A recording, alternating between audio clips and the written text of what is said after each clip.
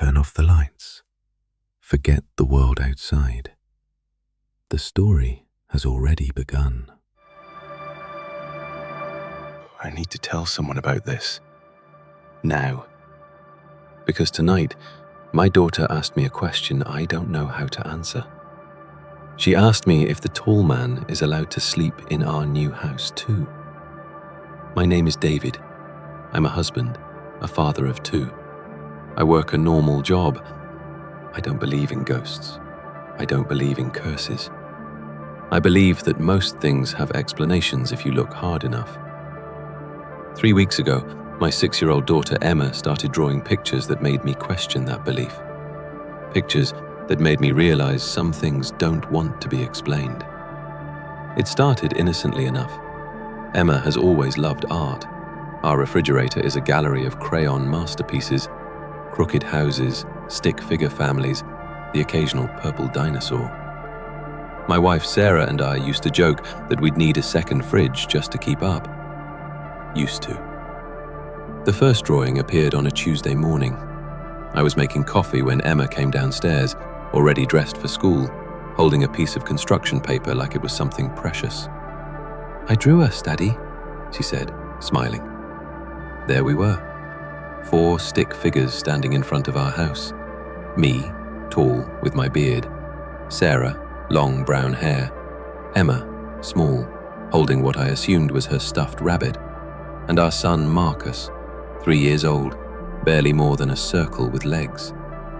I smiled. Then I noticed something else. There was a 5th figure, standing slightly apart from the family, near the edge of the paper. It was taller than me, drawn in the same childish style, but something about it felt deliberate, controlled. The figure had no face, just a smooth oval where features should have been, and it was colored entirely in black crayon, pressed so hard the paper had torn. "Who's this?" I asked. Emma looked at the drawing, then at me, confused. "That's the tall man, Daddy," she said. "He's always here." I laughed it off. Imaginary friends are normal.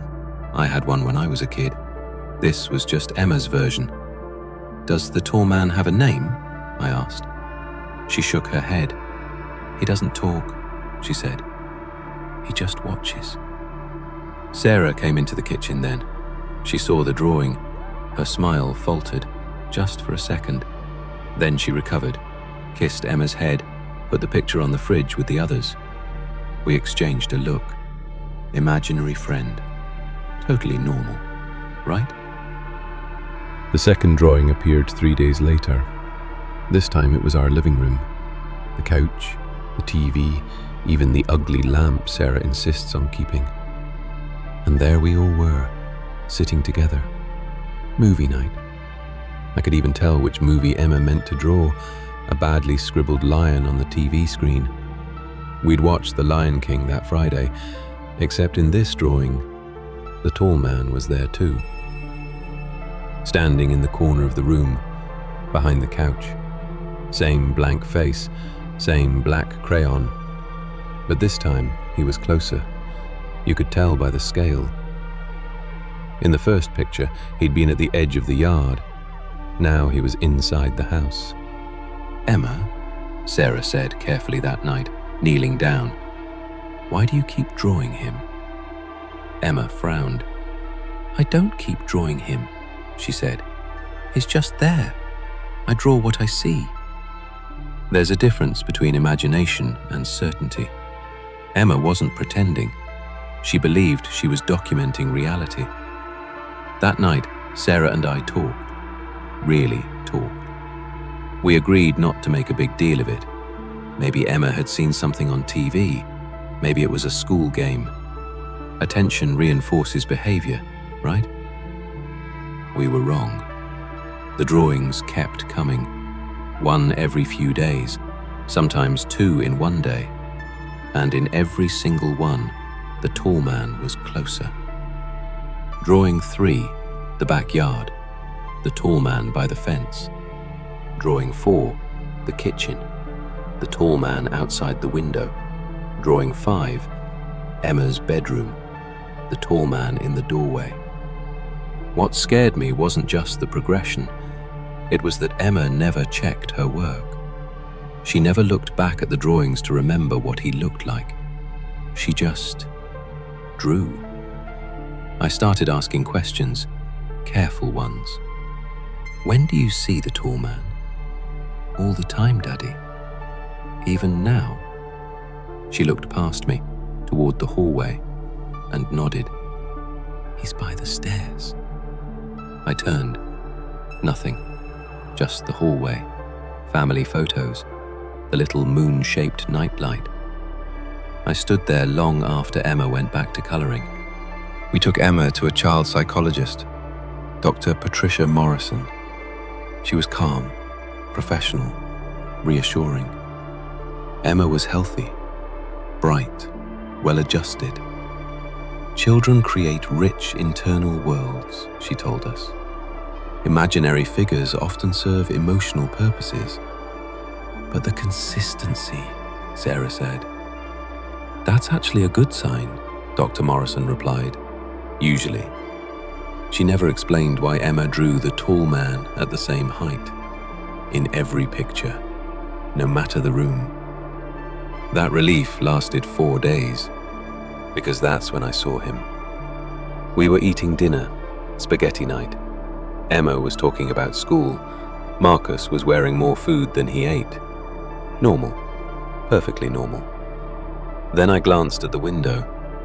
Our dining room window reflects the inside of the room at night. But for a moment, I saw something else. A tall shape, standing outside, watching. I blinked. Gone. Did you see that? I asked Sarah. See what? Daddy saw the tall man, Emma said happily. The room went silent. He's outside, she added, watching us eat. I checked the yard. Nothing. But I couldn't shake the feeling that something had noticed me noticing it. That night I tested something. I moved one of our framed family photos, just a few inches. The next morning, it was back where it had been, perfectly aligned. Emma noticed before I did. He doesn't like when things move, she said. I started checking locks, windows, doors. At 3:47 a.m. I heard footsteps, slow, deliberate, coming from the hallway. I grabbed the baseball bat I'd hidden in our closet. The hallway light was off, and in the shadows, I saw movement. Something tall, heading toward the stairs. I flipped on the light. Nothing. But Emma's door was open. It had been closed. She was sitting up in bed, wide awake. Did you see him, Daddy? She pointed to the corner near her closet. He stands there every night, she said, watching me sleep. In that corner, the carpet was pressed down, like someone had been standing there for a long time. The next morning, I stayed home. I researched everything. Carbon monoxide, EMF fields, shared delusions. Everything came back normal. The drawings didn't stop. Now the tall man was in Marcus's room, standing over his crib.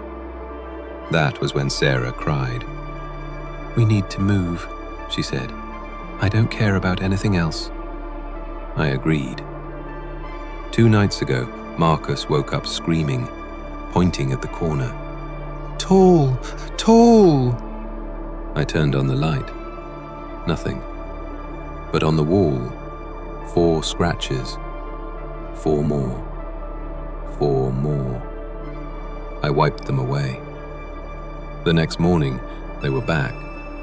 Lower, like something was learning how high Marcus could reach. Last night, I finally saw him clearly. I was reading to Emma when she whispered, He's here. I turned. He stood in the doorway, impossibly tall, too thin, no face, black, not like clothes, like a hole where light disappeared. We stared at each other. Then he stepped backward. Gone. Emma smiled. "He knows you see him now," she said. "That means we don't have to pretend." This morning, Emma left a new drawing on the table. It wasn't a picture. It was a floor plan. Our new house. Every room labeled. And one space I didn't recognize, marked in black. "He needs his own place to stand," she wrote. "We're moving next week." But Marcus drew something today too. 4 circles and one tall black scribble, standing in the middle. Like he's always been there. Like he always belonged. And I don't think a new house is going to change that. That was when I stopped pretending this was just a phase. The house didn't feel empty anymore. Not ever. Even during the day, even with sunlight pouring through the windows, there was a weight to the rooms. Like something was occupying space without being visible. Like the air itself was being displaced by a presence that didn't need a body to exist. Emma stopped asking about the tall man after that, and somehow, that scared me more than when she talked about him constantly. She no longer pointed him out, no longer narrated where he stood. It was as if acknowledging him had become unnecessary, because he was settled. The next few days passed in a blur of packing boxes and forced normalcy. Sarah threw herself into logistics, checklists, phone calls with the realtor. Marcus followed her around, dragging toys from room to room. Emma watched, always watching. She didn't draw anymore, not once. No crayons, no paper. When I asked her why, she just shrugged and said she didn't need to. "He knows what he looks like now," she told me. "So do you." That night, I dreamed of corners. Not rooms, not houses, just corners. Endless angles folding inward, stacked on top of each other like broken geometry. In every one, something stood. Tall, patient, waiting. I woke up to the sound of Marcus laughing. It was past midnight. That laugh, soft, breathy, delighted, came from his room. The kind of laugh toddlers make when someone familiar is playing with them. I was out of bed instantly. As I reached the hallway, I saw Emma standing outside Marcus's door. She didn't turn when I approached, just stood there, hands clasped behind her back. "What are you doing up?" I whispered. "He wanted to see him," she replied. My stomach dropped. Who wanted to see him? She tilted her head, listening. He did. I pushed past her and opened Marcus's door. The room was empty. The crib was empty. The window was closed, locked. The baby monitor was still glowing softly on the dresser, its screen filled with static. Then Marcus giggled again, behind me. I turned so fast I nearly lost my balance. Marcus was standing in the corner of the room, upright, still, facing the wall. He doesn't stand like that. He can barely balance on his own, and yet there he was, completely steady, small hands pressed flat against the paint. "Buddy? Hey, come here." He didn't turn. "He's learning," Emma said quietly from the doorway. "Corners first. Standing still. That's how you start." I grabbed Marcus, pulled him against my chest. He went limp immediately, as if waking from a trance. Started crying. Normal crying, human crying. When I looked back at the corner, there was nothing there, but the wall was warm, like someone had just been standing against it. That was the night Sarah finally believed me. Not because she saw him, she never did, but because Emma asked her something while we were packing the kitchen. "Mummy," she said, If Daddy says no, does that matter? Sarah froze. Says no to what, sweetheart? To him staying with us. Silence filled the room. He was here first, Emma continued. He says it's rude to leave him alone again. Sarah looked at me then. Really looked. And whatever she saw on my face must have been enough. That night, after the kids were asleep, we made a decision. We weren't just moving, we were leaving everything behind. We cancelled the moving company, packed only what we could fit into the car: clothes, documents, the kids' essentials. We left furniture, photos, everything else. At dawn, we loaded the car. As I buckled Marcus into his seat, he leaned close and whispered something I'll never forget. He says goodbye hurts worse than staying. I slammed the door shut. Emma climbed into the back seat without being asked, calm, smiling, like she knew exactly how this would end. As we pulled out of the driveway, I checked the rearview mirror. In the upstairs window, in Emma's old bedroom, something stood, tall, still, watching us leave. Sarah didn't look back. She kept her eyes on the road, knuckles white on the steering wheel. We drove for hours. No destination, just away. For the first time in weeks, the air felt lighter. Marcus fell asleep. Sarah started to relax. Even I began to believe we might have done it. Then Emma spoke. He's still with us. Sarah slammed the brakes. What? She whispered. Emma pointed to the empty space between the front seats. Not touching, not smiling. He doesn't need houses, she said. He needs corners. I felt it then, that familiar pressure, that awareness of being observed. Every car has corners, every room does. Every place where two walls meet is enough. I'm writing this now from a motel room somewhere off the highway. I don't know where.